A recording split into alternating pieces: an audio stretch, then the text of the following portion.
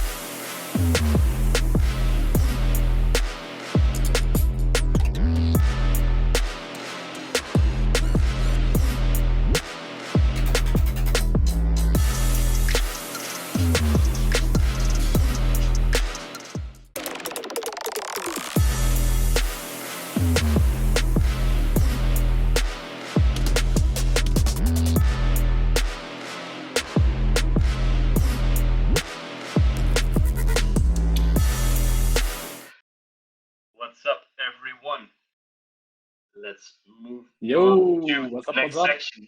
Haha, there he is. We are. Mr. Scorpio back in the house. Back in action. All right, guys.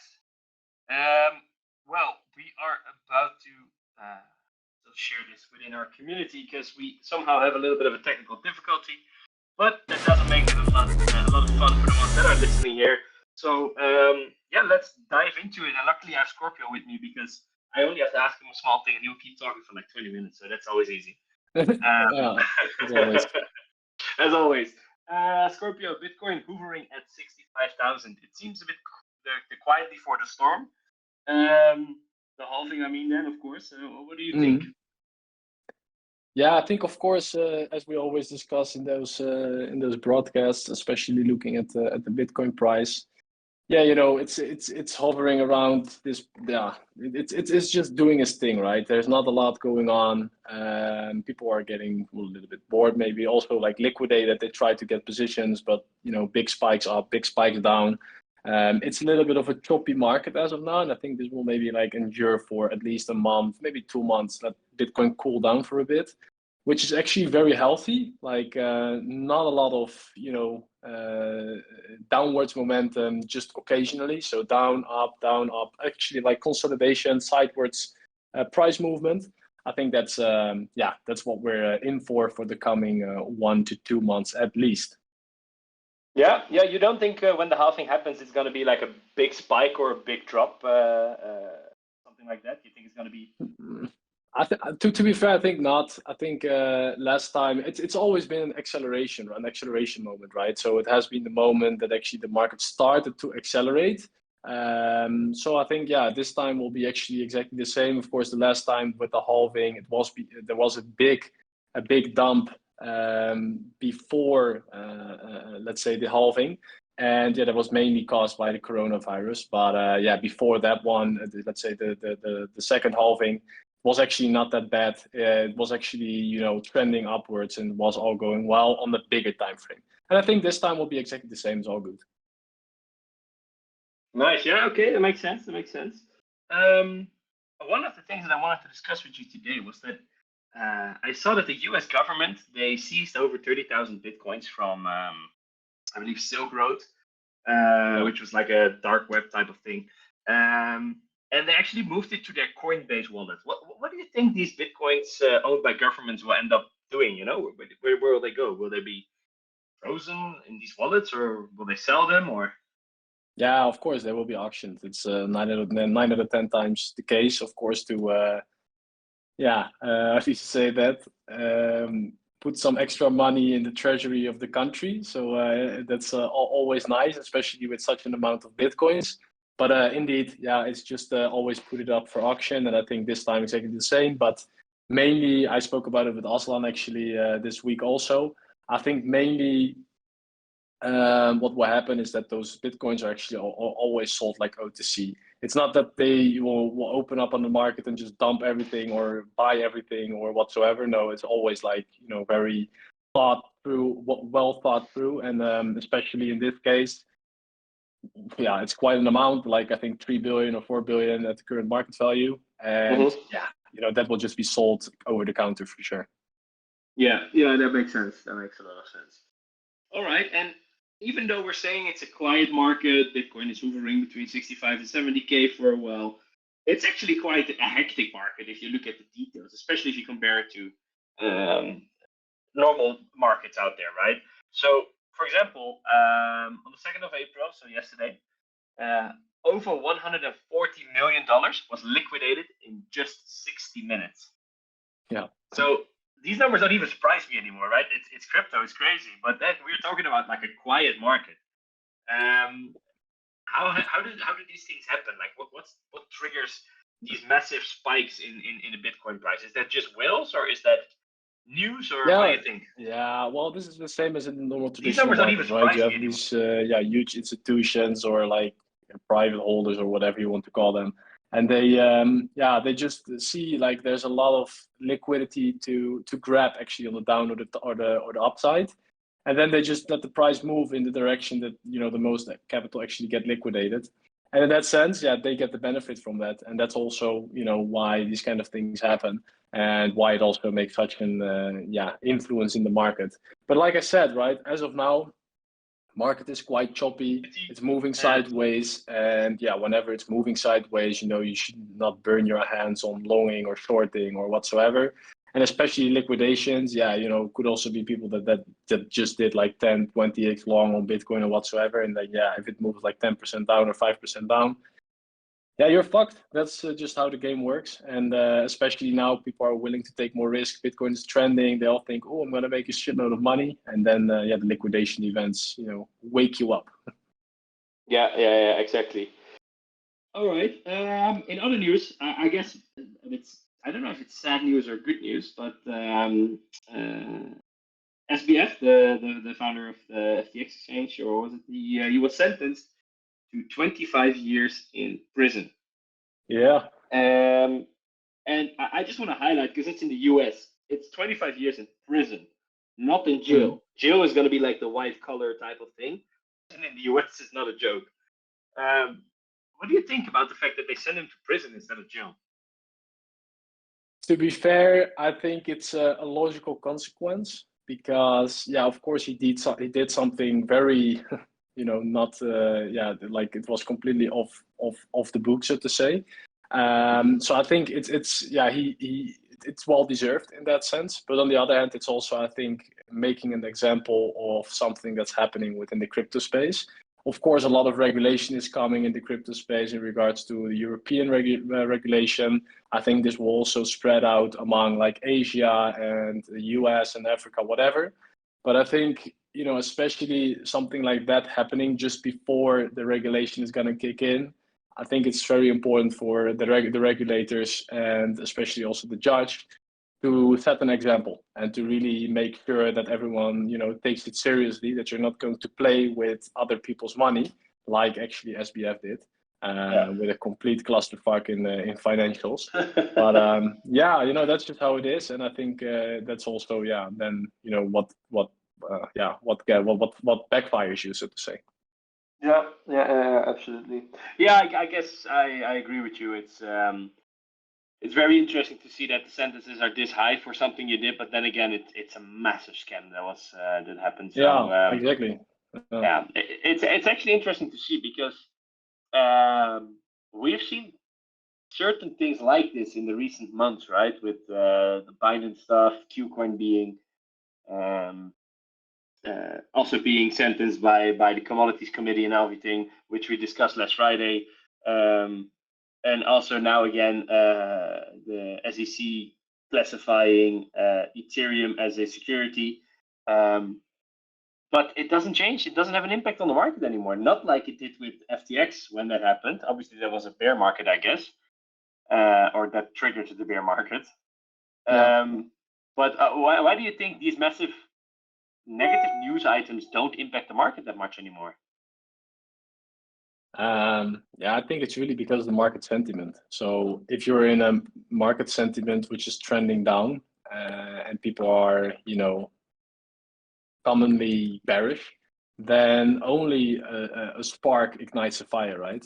Actually, the same goes for the bull market. If there's like, now it's not per se a spark anymore in terms of a negative sense, but it's more a spark in a bullish sense. So if the SEC sparks the ETF of Ethereum is going to be approved or whatsoever, then it's going to be like a massive like pump in Ethereum for sure. Like it also happened, of course, with Bitcoin. So I think, those kind of things, especially over a longer period of time, of course. But I think especially now you're in a moment that whenever a spark happens, on a bullish note, it will ignite a fire. But whenever a spark happens on a negative note, it will not even, become like a small flame to bring it in context. So yeah, that's a little bit, I think, indeed, in regards to market price. Yeah, absolutely. Because actually, it's funny because this news came out last week, and now yesterday or even this morning, besides BlackRock, also Fidelity now officially filed for an S1 form, which is basically them requesting a spot Ethereum ETF with staking included. I mean, what are your expectations from the whole Ethereum ETF? Looking at what is happening right now with the Bitcoin ETF and the insane amount of money that's flowing in, and then comparing the size of Ethereum to the size of Bitcoin. If this something similar happens, I mean, we could see Ethereum going 10x, no? Well, Ethereum is going to go, of course, faster because the market cap is lower, but also I think there will also be less demand. So, of course, Bitcoin, has like a well-known name also across the institutional players. But if you look at Ethereum, it will also cause a lot of institutional players to actually willing to buy, also like private people. But I think it's just, a matter of, again, when and whenever it happens, it's really important that, you take into consideration that first Bitcoin moved already, and 9 out of 10 times when Bitcoin moved in terms of seasonalities, Ethereum is going to move, and then after that, the smaller altcoins are going to move, and then it's going to flow into USDT again. So take that into consideration, right? In the overall in the general flow of the market, in terms of value, first Bitcoin goes, then actually Ethereum goes, then the altcoins actually go, and then it actually flows back to USDT for people taking their profits. So now Bitcoin went. So yeah, you know, if you paid a little bit of attention in the last minute, then you know what's going to happen afterwards, and that's you know, historically happened. Yeah, so it's a good chance to say that it will happen again. And you think this cycle will remain the same with these billions of dollars flowing in from traditional investors that are not looking to sell like traditional crypto investors did, right? Because the cycle you just mentioned, that's just purely because people are moving their funds around in this same market. But probably a lot of the funds that are coming in right now, especially in Bitcoin, will remain in Bitcoin because these people have not a need to sell. Do you think we'll still see the same cycle? I think you will actually see a better cycle because now, yeah, Bitcoin already moved quite significant. The halving did not even occur yet. Yeah. And yeah, you know, that's actually already a sign for me that, especially if you look at, you know, especially retail indicators, yeah, you actually see that there's not the same amount of retail as there used to be in a bull market. And I think that will come in the coming year for sure. But Bitcoin price already went bananas because of the ETF. So, you know, it's an, how do you say it? It's a catalyst. And not a per se catalyst. It's like, yeah, a big appreciation already before I think the real bull market is going to kick in. Yeah, fair enough. Yeah, because actually BlackRock and Fidelity together now own over 400,000 Bitcoins. It's just insane in like 2 months. That's ridiculous. And I still feel that they're not close to where they want to be with this. You know, it's they're still buying very actively. And another nice example of that is actually BlackRock's CEO. He was on a television station the other day. But there was a clip of him first being shown that in 2017 he stated that Bitcoin was just an index of money laundering. Yeah. Now last week he was on this TV show and he said that the ETFs are just the first step in the technological revolution of finance. And he is extremely bullish about Bitcoin being the fastest growing ETF, the Bitcoin ETF being the fastest growing ETF in history. And extremely bullish on the long-term aspects of it, right? So in 6-7 years, the same guy went from calling it money laundering to basically buying like 300,000 of these tokens. Yeah. But to be fair, it's no problem, right? To be fair, it's no problem. It's just that, yeah, you know, he changed opinion, which is fine. But also, like, it's a business model, right? So they're earning money on it. So for him, it's just, you know, marketing his product is going well. So keep marketing, you know, your winning horse, and it will gain you more money. So that's the game that they're playing, of course. So yeah, in the end, you can change opinion. I agree. I think that's more than fair. But also, yeah, from a business point of view, they're earning shit tons of money on it. So also logical that he does it. Yeah, exactly. Yeah, that makes sense. Well, another thing is that it's only 3,000 blocks left until the halving. My question was what to expect, but you already mentioned that, of course. Yeah, it's really getting close. What is the exact date? Do you know by heart? I believe it's like the. Ooh, no, I don't know, but it's something like, yeah, something at the end of April. Very, very interesting. I'm very curious to see that specific date. What's happening? You know, it's probably nothing. Yeah. But... Well, you know, it's also funny because a lot of people expect something to happen. So indeed, it could also be that nothing will happen, which is quite also funny. But it's always been like a festive day, right? In the crypto space in general. So. Yeah, true. Yeah, I remember being on the tip of my chair on the 10th of within the DAO. So Scorpio, maybe you can explain very briefly, because I have a lot of questions that are follow-ups. By what governance really means, like what is the governance within the DAO? Well, of course, the governance in general is mainly like the voting process of how, yeah, you know, people are allowed to vote on specific aspects and what they can change within the ecosystem. So there's like different things that, yeah, people can actually vote on to change or, yeah, enhance or add or remove even. Okay. I kept it very brief. Yeah, no, that's good. Okay. And within this governance proposal life cycle, basically, I believe there's 5 steps within reform. Probably someone else can have more steps, but we have 5 steps. Can you run us through the 5 steps? Do you know them by heart, or? Well, I need to actually, you can better say it to me, and then I can elaborate on every step, because I know what steps there are, but not perfect in which order. Exactly. Okay, no, that's all good. Yeah, so there's 5 steps in total. It starts. I will first name them all, and then we will dive into these. So it starts at forum creation and discussions. It's followed by the research by the core contributors, Scorpio and the others. It's confirmation from core contributors. Then it's the improvement proposal to reform, so the IPR. And then it's the IPR, so the improvement proposal to reform implementation. So let's dive into each part of this, and let's really discuss it to make sure it's clear to everyone how this works, because I hope everyone listening will become a member of the DAO very soon. And yeah, they will have to understand exactly how this works. So what happens during the forum creation and discussion, Scorpio? Yeah, so actually this is this is the first phase of the let's say the governance proposal. If something will be added or removed or changed, a proposal can be made, and then actually that will be done on gov.reformdao.com. Here actually already a lot of people actually made threads and like discussion points, especially now focused on the airdrop. But mainly it's focused at keeping a conversation going between the community, but also focused on the governance.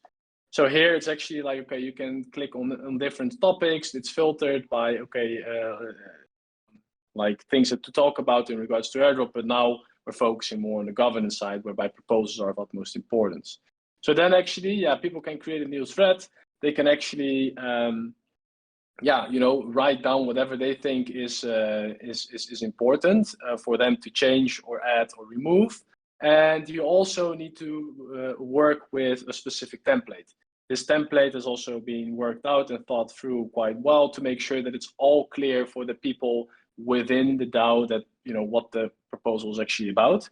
Then actually all the community members, whenever it's just been posted, all the community members can share their opinions and can actually think of, okay, hey, is this something that I'm interested in? Is it something not I'm interested in? Do I like it? Do I not like it? Do I want to change it? So full discussion should actually come to life. And after that, we see, okay, we review how many people are actually are for it or against it. And then, we'll actually check out the discussion if there are any comments. And then we actually think like, okay, is this something that's really going to make a difference within the DAO and is going to be relevant for implementation? And then, we actually move to the next step. And the next step is where you get involved, right? Exactly. So the next step is actually, go ahead, sorry. No, go, yeah. So the core contributors need to do their research. And since you are one of the core contributors, very handy to have you around. First explain, of course, what you guys do, but maybe really give us an understanding of the insights of this. Because one thing is that you have to look into it and research it, but what do you guys really do when a proposal gets through? Oh, sorry, I went a little bit small. 1 second. Oh, yeah, fuck, I see it on the screen. AI and its finest. Okay, I'm back. But anyway, the research of the core contributors is actually quite an important point, because the core contributors all have substantial knowledge within the crypto space. Also, some of them, within the traditional finance or like business development, or everyone has their specialty, so to say. And I think, it's of utmost importance to really review every proposal well through and to actually see if it makes sense. We also need to check, like, okay, if it's legally wise possible. Someone's going to make a proposal and going to say, like, I want to tattoo your face on my ass, for example, and I want $1 million for it. It's not something that's going to make the DAO a lot better. It's maybe it can be really funny. That's one thing for sure. We're all going to have a big laugh about it. But if it's worth $1 million from the DAO treasury, I don't know. That's always the big question. But it's seeing if it's relevant and also if it's aligned with the vision and mission of reform, and also if it's suitable and also legally possible in that sense. So that's actually the research side. Yeah, and actually, this was one of the questions that we had in the Q&A later as well. But I quickly want to dive into it now already. It's like, how does that work? We have a DAO and it's all fully transparent, but then there's a small entity of people that have the right to determine if something happens or not happen. Like, and I think this quickly links back to the legal structure that we discussed last week. But how can the people in the DAO be sure that the core contributors do exactly what's best? That's actually all structured through the Constitution. So in the Constitution, we have shared that before, and we're actually only going to optimize this together with everyone within the DAO. Is actually the fact that we need to live by those rules, and actually whenever something will change, it needs to be applicable to specific boundaries that are now already set up within the Constitution. So yeah, the Constitution is a big part here. But it's also important that everyone knows what's in it, and then we can also work with these boundaries. And it's also up for adjustments and to make it again better or changing or add things in that specific constitution. But again, that's also coming down to proposals. And it's just however the DAO community wants to structure it. And again, if it's legally makes sense to actually move forward with it, because that's really important from the research point of view. Yeah, all right, that makes sense. And then, of course, the next step is the confirmation from you guys. So basically, you will post in that forum thread, I guess, on the same website that you guys confirmed your that it's confirmed and you approved the research after your research that the proposal can move forward, right? Yeah, we will, let's say, also take part in the discussion, because we think it's also important to showcase our sort of, viewpoint and opinion on the proposals. Does not mean that we are always right or wrong, but it's just also important because we are, of course, very much involved within the DAO. We actually, sort of founded the DAO in that sense, so we will always have the best interest for the DAO. We started this with a how do you say it, with a vision, with something to change something within the space. So we always have a very well thought through opinion on all the topics that will be posted, because we are always working and doing things for the benefit of the DAO and its participants. So it's for us very important to also be involved in that discussion. But indeed, the confirmation will then follow from that discussion on the governance forum. And then, we will just make sure that it will be moved towards an IPR, an improvement proposal. Exactly. Yeah, that was my next thing. Indeed, it will be sent to the snapshot voting phase, right? Yeah. Exactly. It will become an IPR. Yeah. Yeah, exactly. So there it will become really votable, and then mainly through tokens. So the more tokens you have, the more voting power you have. This is just a very important point. Take into mind that also stake tokens are used to actually, or I say only stake tokens are used to form votes, because we want everyone who is within the DAO want to be dedicated to at least staking the tokens and having them locked to be able to vote for specific topics or how do you say it, the governance proposals. So in that sense, the voting page is the most important, because this is the one that's going to make the decision and going to make sure that it's going to be voted for or against, and all based on tokens, on the weight, how much you have. That will be determining your strength within the proposal. Yeah, absolutely, that makes sense. So the proposal is a improvement proposal to reform, right? And then all the token holders that have their tokens staked are able to vote.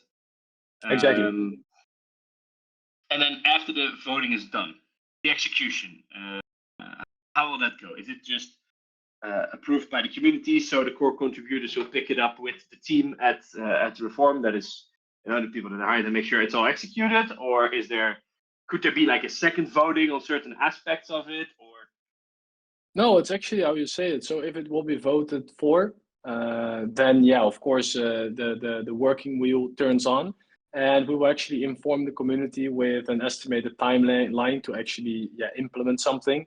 Also be really transparent about the things that need to be implemented, or maybe like even cost or whatever that needs to come with it. But cost will also already be determined within within the governance forum proposal, like an estimation of it. So people will all be aware of what it will cost, how long it will take in the end, and what will change, of course. So yeah, that's actually most important for everyone to see, and then also be aware of what's going to happen. Yeah, And exactly. if it will be voted against, of course, yeah, logically it will just pass, so to say. Nothing will happen. Yeah. And what if the proposal is extensive, but it's not covering everything? Because I can imagine there might be proposals that are very broad, very extensive, and then it is written detailed, but obviously you can't cover everything in these proposals. Is the team, the core contributors and the contributors, are they free to give, fill this up however they seem fit, or would there be a requirement for an additional voting at a later stage to confirm what the community wants? Yeah, it really depends, right? So what you say, yeah, we want it to be as clear as possible for everyone. And if anything, how do you say it, major will change, this of course needs to be applicable for a vote again. But if it's just a slight change that a cost is needed for, I don't know, hiring someone to make sure that it's done, which is, I don't know, freelance or whatsoever, yeah. No one will bother because everyone wants the proposal to go through, and it's also then legally done through the operations, of course, the operational company that's making sure that not everything needs to be voted upon, because that's also not something that we are aiming for with our sort of hybrid DAO structure that we discussed last week. So in that sense, I think, yeah, bigger decisions that's really going to influence the overall structure, or big spendings, or I don't know, anything that's related to big changes, that of course will be communicated as well, voted upon. But if it's like, small things to actually get the proposals through, or small blockers or whatsoever needs to be solved, then it will be, of course, just be done by the core contributors and the team. Yeah, clear story, very clear story. I actually don't have many more questions left on this topic, because I think you went through it quite smoothly, and this went pretty fast again. Anything you want to add to it from your side that I forgot myself? No, actually not. I think what's important for everyone to know is that we're open for any proposal. Put it in the governance forum. Be of course serious about it. We can also have a laugh, of course, over there. But if you really want something to change, structure it through the template, and make sure that it's something that we can really work with. And then we're more than happy to change, integrate, or remove. And then looking forward to receiving those. Yeah, and just to be clear, the people that are currently in the community are not able to create these proposals yet, right? They have to wait until they get their tokens to be officially able to. No, actually, everyone can create a proposal. So even people from outside of the DAO who do not have tokens. But this is because it's a governance forum, right? So the voting itself will not occur yet. But this is mainly like, it could also be someone from outside who has a good idea in regards to building a project or an implementation in algorithms that we can use for reform. Then why should we exclude this person when he or she does not have tokens? We should at least be able to discuss it with the community, and also with this dedicated person, also with the core contributors, and then see if it makes sense to integrate it. And if it makes sense, then altogether the core contributors will put it to a vote, even though this person is maybe not having any tokens or whatsoever. Yeah. Okay, that makes sense. That's good. I even thought it was the other way around. So it's and I learn something new every day. Yeah, it is something common that's also being done, right? So that they require actually people to have a specific amount of tokens to put up a proposal. We just believe in that proposals can come in from anywhere, and does not always have to include the people that are holding the token. Yeah, that makes sense. Okay, perfect. Well, yeah, as I said, I think that that was everything on my list for today. So thank you once again, Scorpio, for being the mastermind behind everything reform and explaining it to the people. Sounds good. And let's move over to the Q&A section of today, and then we wrap it up. So yeah, guys, we see you at the Q&A section. Yeah, for sure. See you there.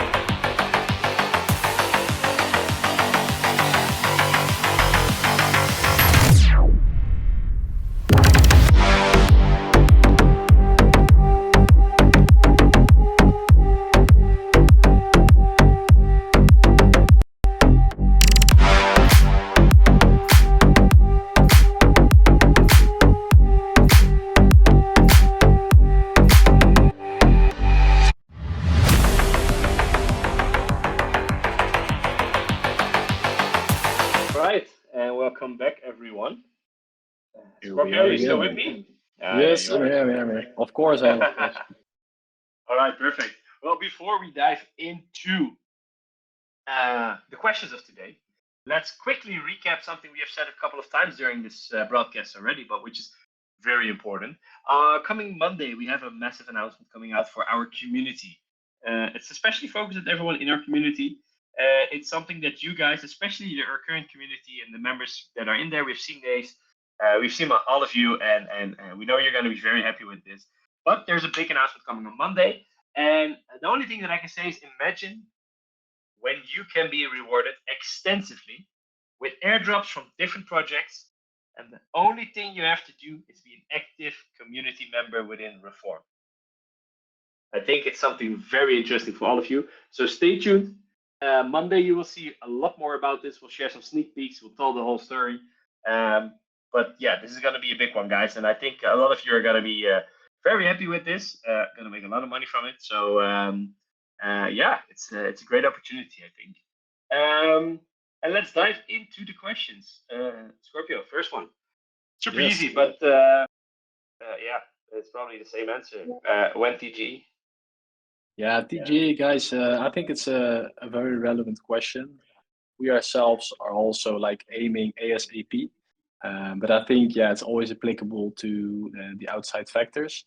As of now, I have to say we're, yeah, well, let's say doing the dealings or making sure that we have the proposals sent around, some bigger tier one exchanges, which is of course great. We're in the dealing phase there, so that's great. But also, yeah, an important part is launchpads. We have already a few. Decubate was, of course, already announced. We have a few others in the pipeline that are already confirmed, so that's also great for everyone to be aware of. We're actually getting a lot of awareness from different KOLs around the globe that are going to support Reform. So I think, yeah, all in all, it's going to be a very, very strong launch. It's just, yeah, like always, taking some time. But yeah, I just want to make sure that everyone is aligned here and that, we're doing our best to launch it ASAP for everyone and making sure that we can reap all the benefits of the full-blown bull market, especially after the halving. So, be aware and be around. We'll make sure that everyone is informed appropriately whenever we have the fixed date set.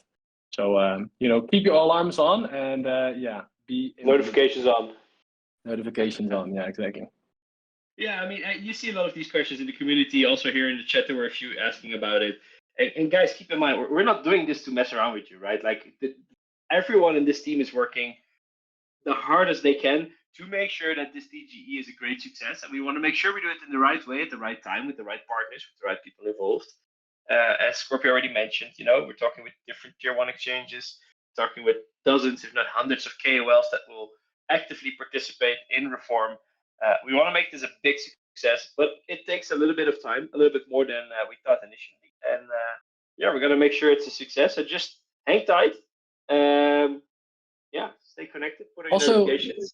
Yeah, I think it's also keep in mind we've been building with Reform over the past 1.5 years to 2 years, but we just started like really the go-to market strategy I think 3 months ago. So yeah, we will of course go as fast as we can, but keep in mind that everything building behind the scenes, yeah, always also took quite a significant amount of time. But yeah, it will. I can assure you that it will not take 1.5 years. Because otherwise it will, yeah, be very sad. But like I said, we'll make sure that, yeah, then the boom market's over. Yeah, that will be really fucked up for all of us.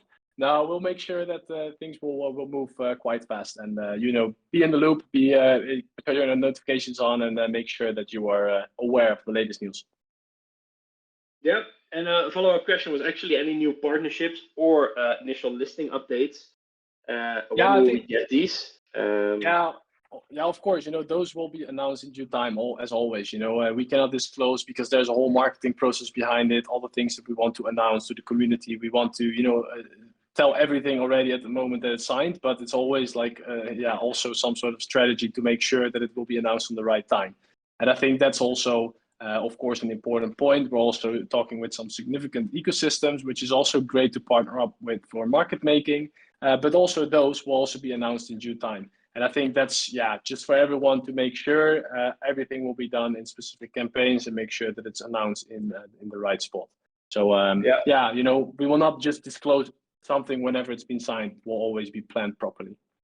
So difficult not to announce when it's signed because there's so much that we can say and that I want to say to the people, but we can't yet. Yeah, exactly. So yeah. Stick with us, guys. Stick with us. I mean, one of the things we can say is that whenever we will announce the TGE, we'll have a big sprint towards it with a lot of big announcements. As you can imagine, we keep the big ones closer to TGE. Also, from a marketing perspective, I'm of course one of the marketing guys here, and there's a lot of cool things already going on, guys. A lot of cool things already in the pipeline, and yeah, just hold on for a little while, and you will not be disappointed. I can promise you that. Then another question from a community member: when I get the tokens from the bonding, will they automatically be staked? And if so, do they count towards DAO participation?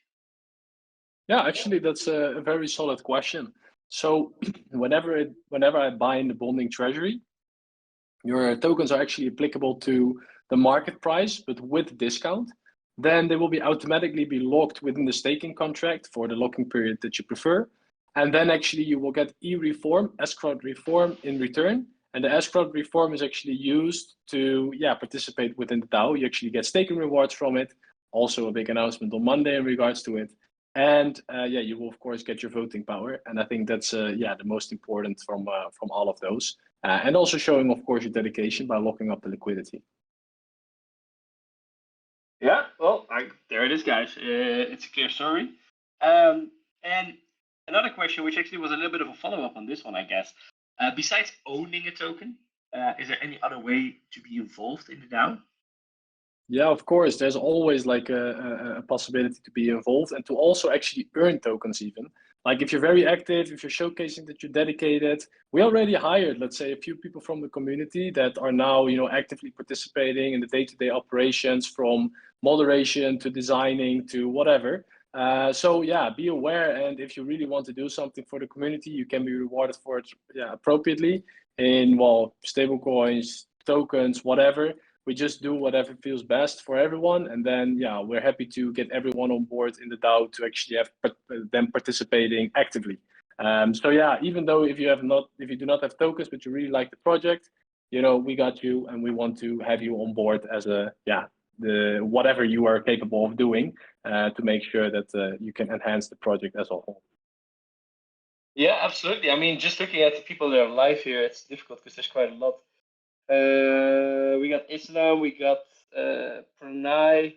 Those are all actually people that were just community members and are now actively participating in the moderation of the Discord server, which they will be rewarded for, obviously. And of course, I think our big friend King Steve is somewhere in the audience, who was, I think, the first member of Reform DAO when we rebranded it, and now is actually on the salary with us, and he's working on the project as a full-time moderator. So we're very happy with that, and we love to just get people from the community involved with these type of jobs as well, because the dedication is there, you know, a lot more than Mulder. So guys, there's a lot of ways to get involved with the DAO, and do so. We're always looking for more people. We're always looking to have people actively participate, and we love to see it. So this is a question which I actually kind of asked you already during the Academy part, Scorpio, but what if the core contributors don't accept the proposal from the forum? Will it be declined? Like, they should not have that power, right? That was the question that we got. Yeah, it's a very good question. And I think that's always coming down to the discussion. So that's always why we actively participate in the discussion. We are not able to decline something that has enormous amounts of support, and it has enormous amounts of comments on it that they really wanted to be implemented. So it's really coming down to that point. You know, we're also happy to onboard other core contributors that really, you know, are dedicated to the cause. You know, become in that sense also multi-signatures of the overall structure. So those people we're always searching for, but this needs to be, you know, people that really grow into it and always also have the same sort of responsibility feeling and, willingness, so to say, for the DAO in general. So it's really coming down to the part that, the core contributors do not have the power, so to say, to not accept it, because if the community says everyone is for it, so to say, then yeah, there's not a lot of does not make a lot of sense to put it not to a vote in that sense. So yeah, be aware that it is always in a legal way. That's also why it's there, right? In a legal way, in a financial way, in any way that's going to negatively influence the DAO with no reason. So like I said, with the tattoo example, but also if we want to start like an arms factory, yeah, it's not going to work, guys. It's something, unfortunately, that we cannot do. So, unfortunately, it's maybe also not the best thing to do. But yeah, it's just to make sure that all those things are in place, and then we'll make sure that the proposal, whenever there's a lot of support, it will always go through to the voting. Yeah, amazing. Well, there you go, guys. Scorpio, just looking into the Discord now, I see two questions that I kind of want to ask you because I think they're interesting and I think they're good questions. What percentage of liquidity will be injected at first into the market, or is this already in the tokenomics? It is in tokenomics, but we have. I need to check real quick. We have, I think, I think like 2% in total or something of the total token supply in terms of liquidity. So for market making on exchanges, but also for liquidity providing on decentralized exchanges. So maybe even like 3%. I actually don't know, 3%, 2 or 3%. So it's quite a nice amount to make sure that we have enough liquidity for everyone to trade. Because we really know as market makers how important it is to have substantial and enough liquidity for your token. Because if you have, then there's a lot of big whales, so to say, that are going to be interested in your token. Because 9 out of 10 times, especially if you have a liquidity of like 100K or like 50K on a few 100 million market cap, yeah, people are not going to be, or let's say the bigger whales are not going to be interested in buying your token because it's so volatile and they cannot buy big amounts. So therefore, liquidity is always of the utmost importance, and that's also why we have this amount available for the centralized and decentralized exchanges. Yeah, exactly. And what will be the circulating supply at launch? Yeah, so that really, yeah. So it really depends because we have it will really depend on the question also of the exchange. So it can range. I do not dare to say already fixed what it is. We have now in the initial phase, we have like 150,000 tokens actually that are going to be released at TG. But I think this can really be, applicable to movements based on launch pool, any other factors that are going to get in.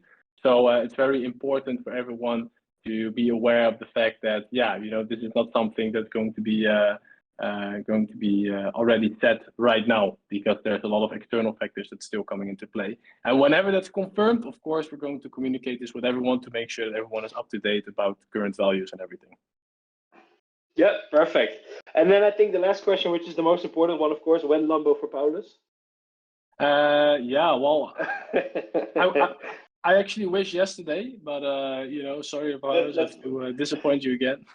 Let's put it to a vote, I think. By Lambo for Paulus. Yeah, exactly. No, there was all the questions, of course. I'm just joking around. And we're also passing the hour mark, so yeah, that's a wrap up of a great broadcast today with my good friend Scorpio.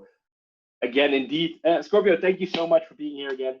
Appreciate it as always. Very, very helpful. Yeah, no problem.